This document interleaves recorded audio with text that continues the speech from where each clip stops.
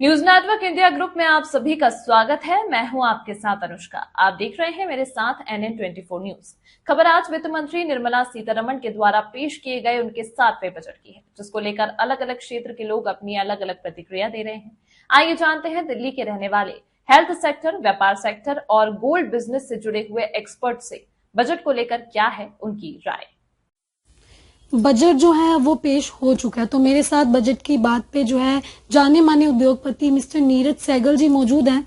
तो चलिए उनसे पूछ लेते हैं कि इस बजट से क्या खुशी हुई है आम जनता को या इंडस्ट्रियल एरिया पे क्या कुछ फर्क पड़ेगा इस बजट से। नमस्कार सर। नमस्कार मैम। सर, बजट जो है अभी पेश कर दिया गया, क्या लगता है आपको? पहले आम जनता की बात करें, आम जनता खुश होगी इस बजट से या क्या कुछ असर पड़ेगा जेब पे? बजट बहुत अच्छा है यदि ये जो कुछ बोला गया है वो पूरा हो जाए। 100 करोड़ का लोन एमएसएमई के लिए बहुत अच्छी चीज है, लेकिन वो कितनों को मिल पाएगा वो ज्यादा डिपेंड करता है।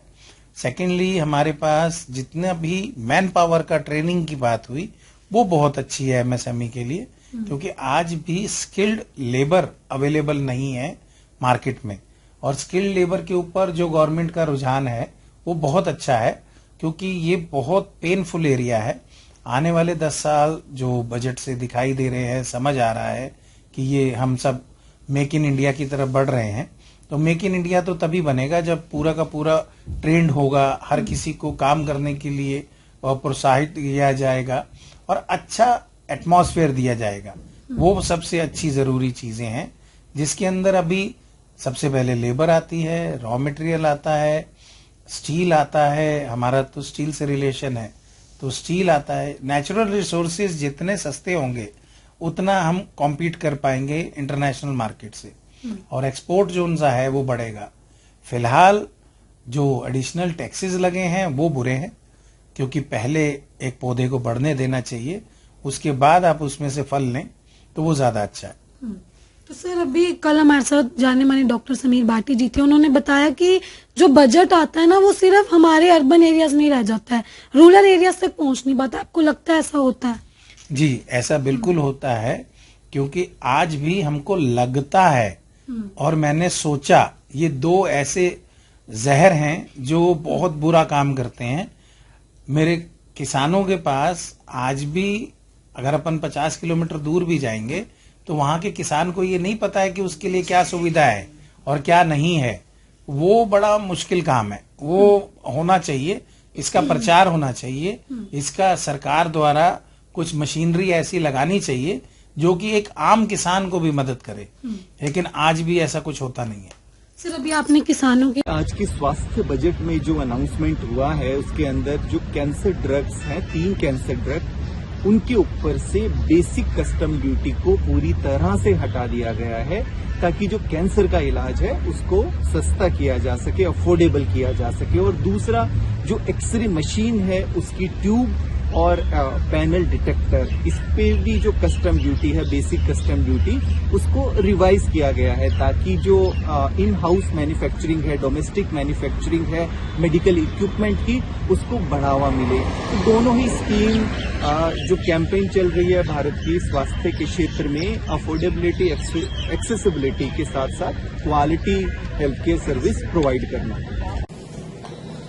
आज हमारी वित्त मंत्री श्रीमती निर्मला सीतारमण जी ने बजट पेश किया, जिसमें ज्वेलरी इंडस्ट्री की काफी पुरानी मांग को कंसीडर किया गया।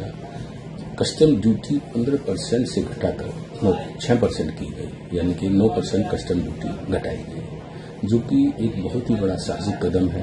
और इससे कहीं ना कहीं इलीगल तरीके से जो सोना हमारे देश में आता था उसको लगाम लगेगी, और जो ईमानदार व्यापारी है जो लीगल तरीके से आए हुए सोने को बेचना चाहता है उसको बहुत बड़ी राहत मिलेगी। ज्वेलरी इंडस्ट्री इस कदम की सराहना करती है और वित्त मंत्री जी को धन्यवाद देती है। तो हमने और हमारे सभी व्यापारिक संगठनों ने इस बात की डिमांड की थी कि 43BS को डेफर कर दिया जाए। वित्त मंत्री ने नहीं किया। उसकी जितनी रिटर्न इस साल 31 जुलाई तक जा रही है या जाएंगी, उनके बाद वो सब गलत है।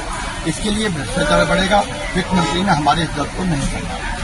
जो वित्त मंत्री ने इनकम टैक्स की रिबेट दी है, पुराने स्लैब में कोई रजीम में नहीं चेंज किया, नए उसमें उन्होंने किया है कि 3 लाख तक 0% फिर 5%, 10%। मैं समझता हूँ कि जीएसटी के अंदर खूब टैक्स आ रहा था सरकार को।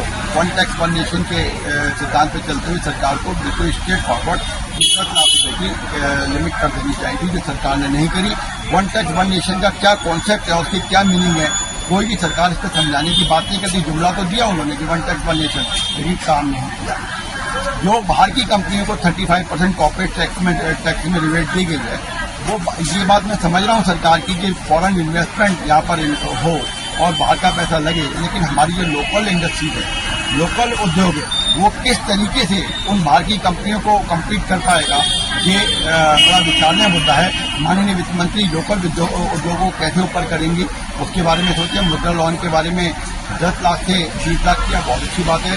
सप्लायर्स की कैटेगरी में छोटे उद्योगों 250 करोड़ तक वालों को लिया, ये भी बहुत अच्छी बात है। सभी स्टेटों को दिया, लेकिन व्यापारी को के बारे में इंफ्रास्ट्रक्चर की बात की, बहुत सुंदर बात की वित्त मंत्री जी ने, लेकिन इंफ्रास्ट्रक्चर किस लेवल का होगा, क्या हमारी लोकल मार्केटों के इंफ्रास्ट्रक्चर में बात होगी? सरकार इस बात पर साइलेंट है। जब तक लोकल मार्केटों को, होलसेल मार्केटों को विश्व स्तर की मार्केट नहीं बनाया जाएगा, युवा वर्ग के सपनों की मार्केट नहीं बनाया जाएगा, तब तक डेवलपमेंट संभव नहीं है। ये बहुत सारे मुद्दे हैं जिस पर हमारे व्यापारिक संगठनों ने, परवीन खंडेलवाल जी जो हमारे व्यापारिक नेता एमपी हैं, वो 43 BH की बात तो क्यों नहीं मानी गई। मैं परवीन जी से बात करूंगा, इस मामले वित्त मंत्री जी से शिकायत करेंगे कि आप इसको डेफर्ड करें। बजट एक देश का सपना होता है, सब लोग उसको बड़े गौर से देखते हैं, सभी नॉट पर्टिकुलर देश के लोग देखते हैं, बल्कि पूरा वर्ल्ड उस इकोनॉमी को देखता है, क्योंकि हमारी 5 ट्रिलियन की इकोनॉमी बनने जा रही है।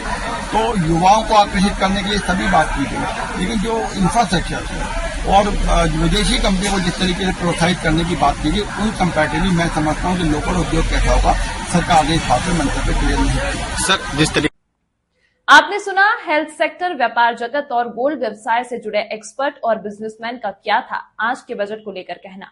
आप भी यदि बजट को लेकर कुछ कहना चाहते हैं तो आप अपनी बात अपने कमेंट बॉक्स पर जरूर बताएं या चैनल के व्हाट्सएप नंबर पर भेजें। देश की प्रमुख अपडेट खबर से जुड़े रहने के लिए देखते रहिए NN24 न्यूज।